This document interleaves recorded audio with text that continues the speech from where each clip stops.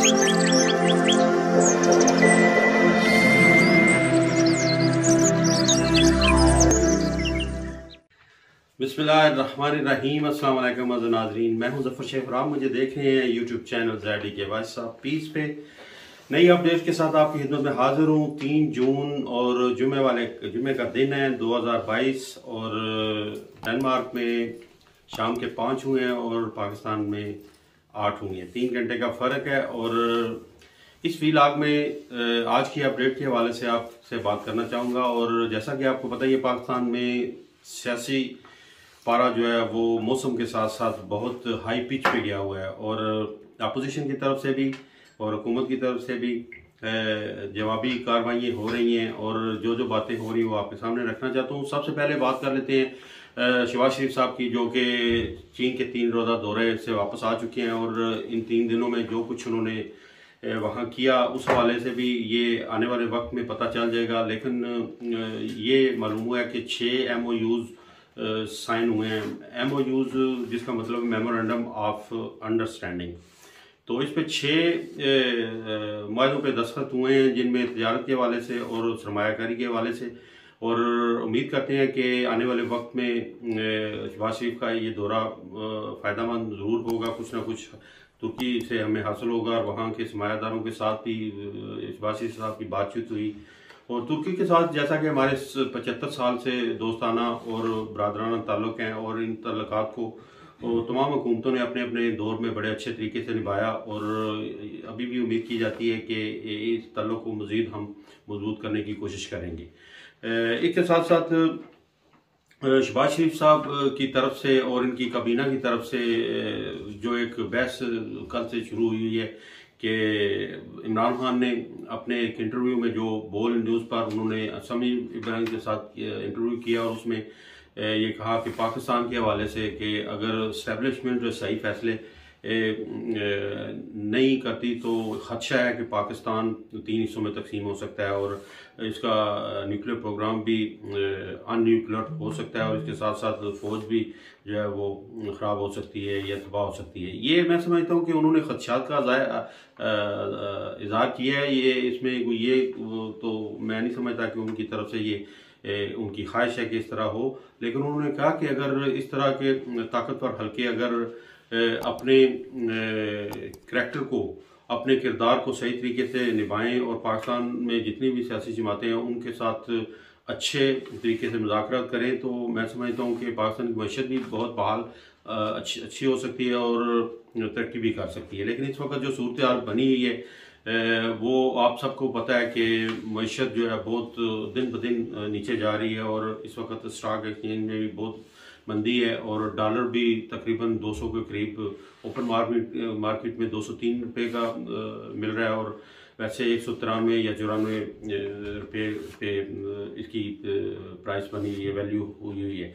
तो इससे भी पाकिस्तान के कर्ज़ों में बहुत ज़्यादा इजाफा हो चुका है और इस तरह IMF के साथ जो कड़ी शराइत हैं उन्होंने लगाई हुई कि तमाम इदारों से सब्सिडीज़ को यकदम ख़त्म किया जाए। लेकिन इसके हवाले से भी बड़ा नुकसान होने वाला है और अभी मौजूदा हुकूमत की ये कोशिश है कि हम आवाम को कुछ ना कुछ रिलीफ दें। लेकिन उन्होंने तकरीबन तारीख का ये रिकॉर्ड महंगाई में इजाफा कर चुकी है। 30 रुपये उन्होंने पेट्रोल और पेट्रोलियम मसनूआत में इजाफा किया और इसके साथ साथ जिस वक्त पेट्रोल की कीमत में या बिजली की कीमतों में इजाफा होता है तो इसके साथ रोज़मर्रा अशिया की कीमतों में भी इजाफा हो जाता है। ये आपको पता ही है और इससे बहुत ज़्यादा नुकसान आवाम को होता है।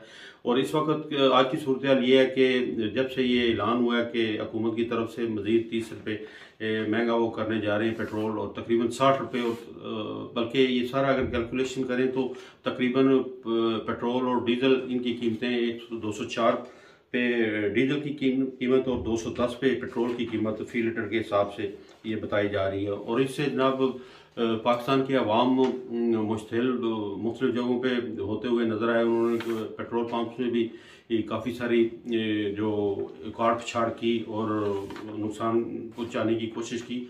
तो ये मैं समझता हूँ कि किसी भी मुल्क में अगर आवाम के साथ इस तरह का सलूक किया जाए हुकूमत की तरफ से तो ये बड़ा तशवीशनाक होता है।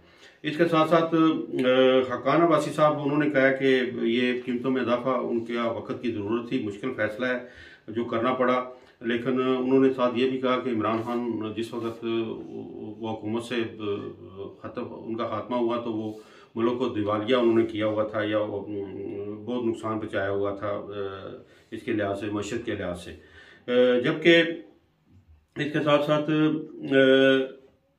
महंगाई की वजह से इस वक्त ट्रांसपोर्ट की कीमतों में भी बहुत ज़्यादा इजाफा हो चुका है और ज़ाहिर है ट्रांसपोर्टर जो हैं वो अपनी मनमानी कीमतें वसूल कर रहे हैं। एक शहर से दूसरे शहर अगर आवाम सफ़र करते हैं तो इससे भी बहुत ज़्यादा नुकसान हो रहा है। बिजली के निर्खों में भी तकरीबन 8 रुपये का इजाफा हो चुका है और ये अभी आने वाले बिल में जब वो बिल आएंगे तो फिर आवाम को पता चलेगा। और इसके साथ साथ हुकूमत का ये ख्याल है कि वो बिजली की लोड शेडिंग ज़्यादा से ज़्यादा करें ताकि लोग ज़्यादा से ज़्यादा कम से कम बिजली इस्तेमाल करें और अगर बिजली जितनी इस्तेमाल करेंगे तो ज़ाहिर डेफिनेटली उसमें बिल भी उनका बहुत ज़्यादा आएगा। तो इस हवाले से भी हुकूमत का ये मौक़िफ़ है कि ये वक्त की ज़रूरत है। IMF के साथ जिस तरह पिछली हुकूमत इमरान खान की हुकूमत ने वायदे किए थे उनके साथ हमें चलना पड़ेगा, क्योंकि ये जो है मायदे जो होते हैं, MOUs होते हैं, उन पे जो भी हुकूमत साइन करती है, जो भी मायदे होते हैं उनको कंटिन्यूस करना होता है। तो मैं समझता हूँ कि इमरान खान ने अपनी दौरे हुकूमत में काफ़ी हद तक IMF को अच्छे तरीके से क्लियर किया हुआ था और गो के वो भी इमरान हुकूमत पे जोर लगाते थे कि कीमतों में इजाफा किया जाए, लेकिन उन्होंने एक स्टेबल तरीके से उनको मुतमिन किया हुआ था कि हत्ता कि यहाँ तक कि 5 रुपये बिजली में और 10 रुपये डीजल या पेट्रोल की कीमतों में भी उन्होंने कमी की हुई थी और इस तरह आवाम को रिलीफ देने की कोशिश कर रहे थे। तो बहरहाल ये है कि अभी उम्मीद की जाती है। और सबसे एक और तशवीशनाक खबर जो आपको मैं बताना चाहता हूँ कि मूडीज जो कि एक रेटिंग एक वेबसाइट है या एक फर्म है, कंपनी है अमेरिका में, और वो दुनिया के तमाम ममालिक के जो होते हैं आमदोरफ्त या मशत के हवाले से वो गैलप सर्वे करते हैं। उस सर्वे में इमरान खान की हुकूमत में ये पाकिस्तान की इकोनॉमी या मैशत जो है वो एक स्टेबल थी या मुस्बत तरीके से चल रही थी, लेकिन उन्होंने अभी इसको मनफी पे रख दी है, मनफी कर दी है। और इसका नुकसान ये होता है कि उस मुल्क को फिर जो दूसरे ममालिक से कर्जे लेने होते हैं वो बड़ी मुश्किल मिलते हैं। या अव्वल तो वो रिकमेंड ही नहीं करते, क्योंकि मैशत वो देखते हैं मुल्क की कि किस तरह से जा रही है। तो अल्लाह करे आने वाले वक्त में ये भी एक माइनस दर्जे से निकल कर दोबारा वो स्टेबल दर्जे तक पहुँचे।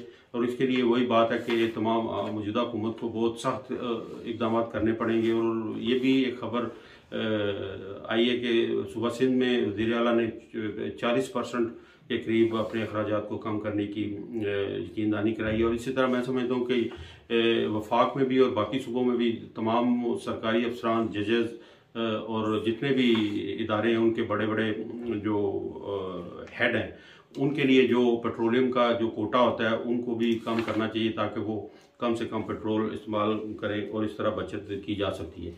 आखिर में इमरान खान के जलसे के हवाले से मैं बताना चाहूँगा कि बुनीर में KPK के शहर एक जगह बुनीर, उसमें जलसा हमसे खिताब किया, पावर शो किया, काफ़ी तादाद में वहाँ लोग थे।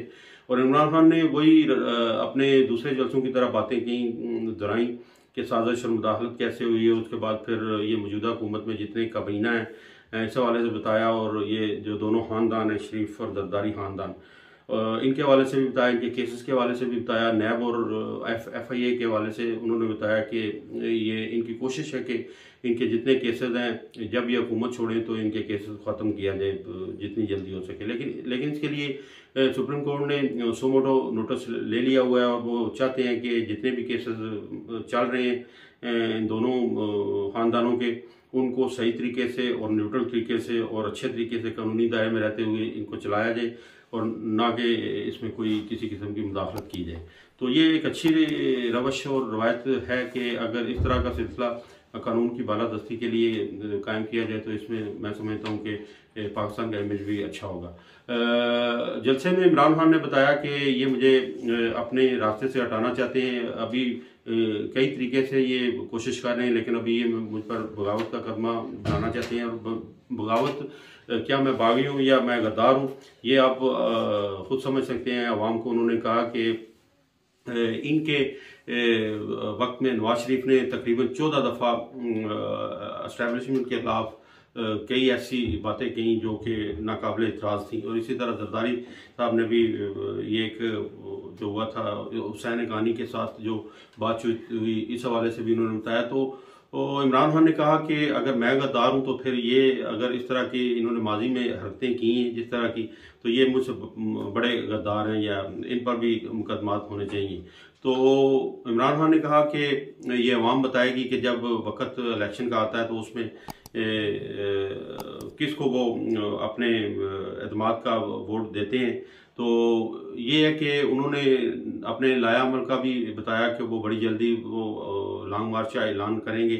और उन्होंने ये भी कहा कि जितनी जल्दी हो सके ताकतवर हल्के जो है वो या ये मौजूदा हुकूमत है ये इसका इलेक्शन का ऐलान कर दें ताकि ये मुल्क मज़ीद माशी तौर पर बर्बाद ना हो या ख़राब ना हो। और यही एक मैं समझता हूँ वाहिद हाल है कि अगर इलेक्शन नए कराए जाएँ तो उसमें जो भी हुकूमत आए, जो भी नुमाइंदे हैं वो अच्छे तरीके से अपने मुल्क को चला सकें। तो ये सारी अपडेट्स थी जो मैंने आपके सामने रखी। तो इंशाल्लाह नई अपडेट्स के साथ दोबारा आपकी खिदमत में हाजिर होंगे। तो अब तक के लिए इतना ही, और हमेशा के लिए पाकिस्तान जिंदाबाद, डेनमार्क पाइंदाबाद।